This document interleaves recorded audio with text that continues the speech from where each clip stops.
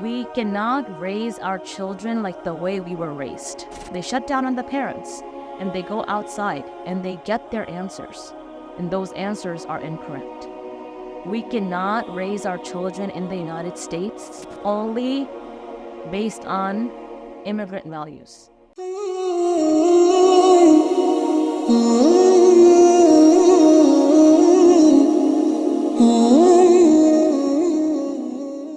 Assalamu alaikum wa rahmatullah, everyone.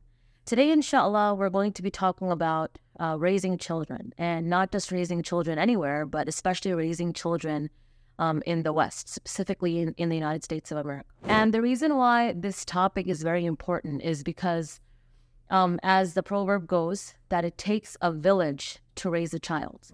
And what ends up happening when we are living in the United States is that we sit there looking for a village that is similar to how we are, right? It's similar to how we are. So for example, someone may be from Pakistan. So now they're looking for people around them that may be from the same country, same area, so that their children, can play together and they can learn from each other and things like that.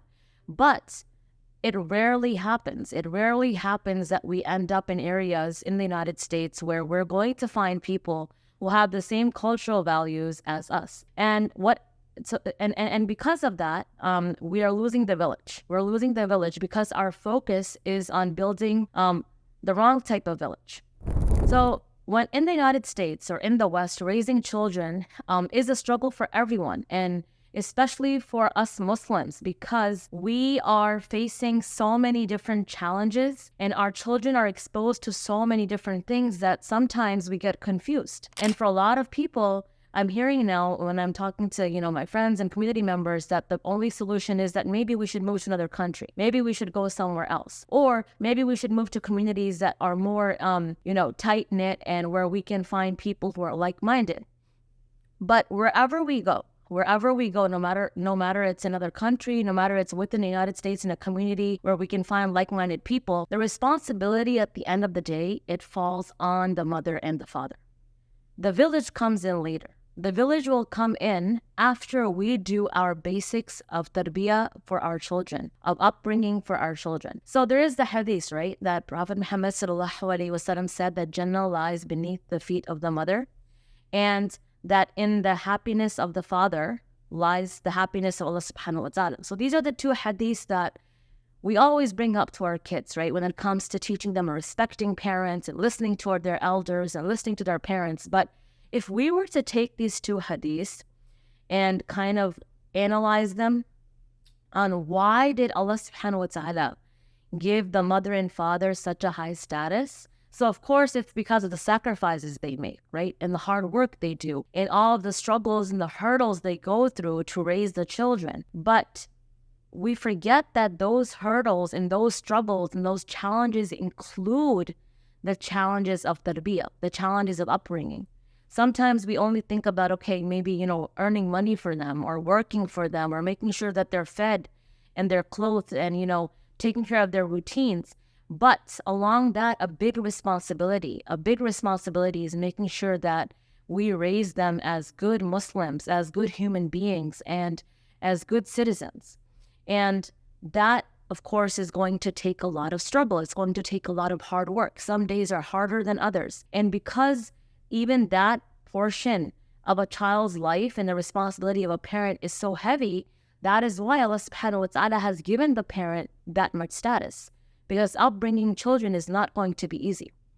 So now that we have established that, it is our responsibility, before the village, before the community, before the school, before the masjid comes in, the tarbiyah or the upbringing, it starts from home. The etiquettes and the mannerisms, it starts from home. I've seen so many examples, come across so many different people who, they expect the Sunday school that they put their child in or the Islamic school that they put their child in to, do some sort of magic, and the child is going to, have good upbringing and good values.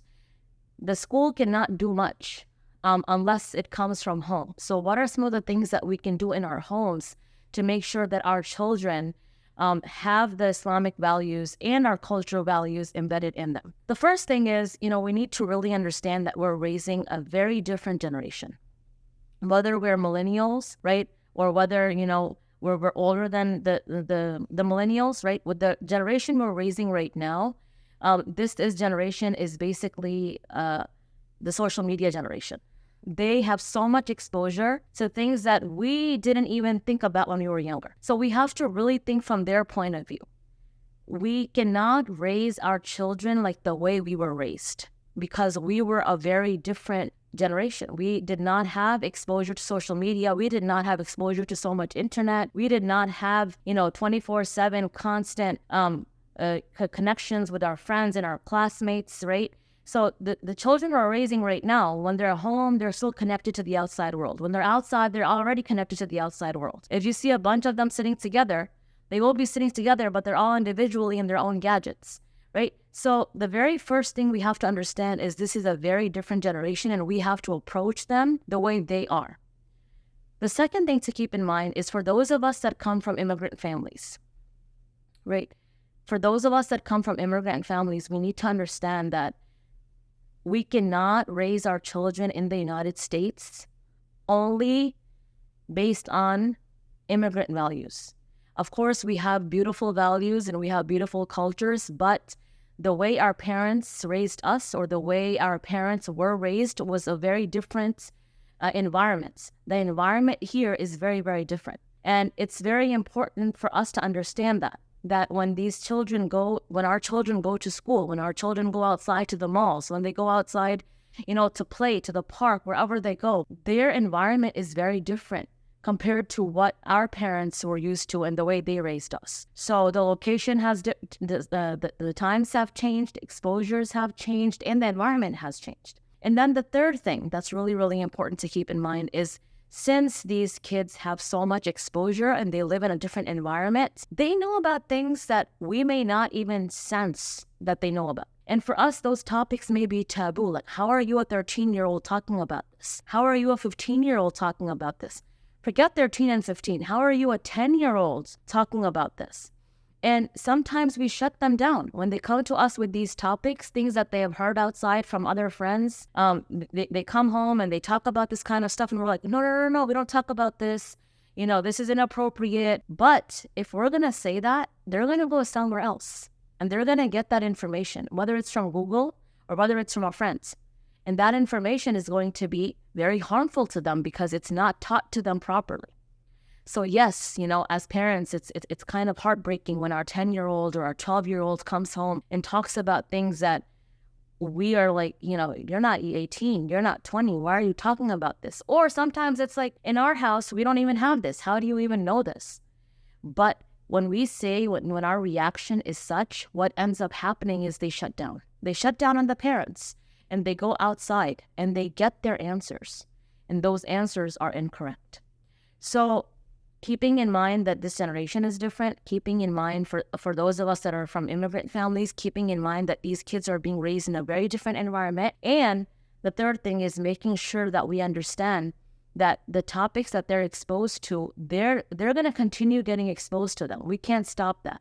The best we can do is equip them with tools so that they know how to maneuver their life and navigate their life while being exposed to all of this. So what are some tips? What are some ways that we can manage all of this? Of course, we have to educate ourselves. As parents, we have to educate ourselves. We cannot, just say that I'm not going to learn about anything that's happening on social media because I don't want my child to use it. Yes, we don't have to have our children using it, but we need to know what's out there. Because I may not let my child use social media. I don't know if somebody in her class or his class is using it and what stuff they're talking about. So every parent should know what's going on with that internet. When you give your child a phone, when you give your child an iPad, a laptop, knowing, what kind of stuff do they have exposure to? How can I monitor them? So it's really, really important to educate ourselves. Also, for those of us who have children going into public school, it's really important to know the policies in public school. What is my child learning the entire day? What are my options of opting my child out from certain topics? So being involved in the school community is very, very important. And the third thing is that if your child is not connected to the masjid, if you're not connected to the masjid at this point, find a masjid close to you. Find a place close to you where your child can go and, spend time with other Muslim children in an environment with other Muslims, so they understand that their religious values are very, very different and that they're not alone by themselves.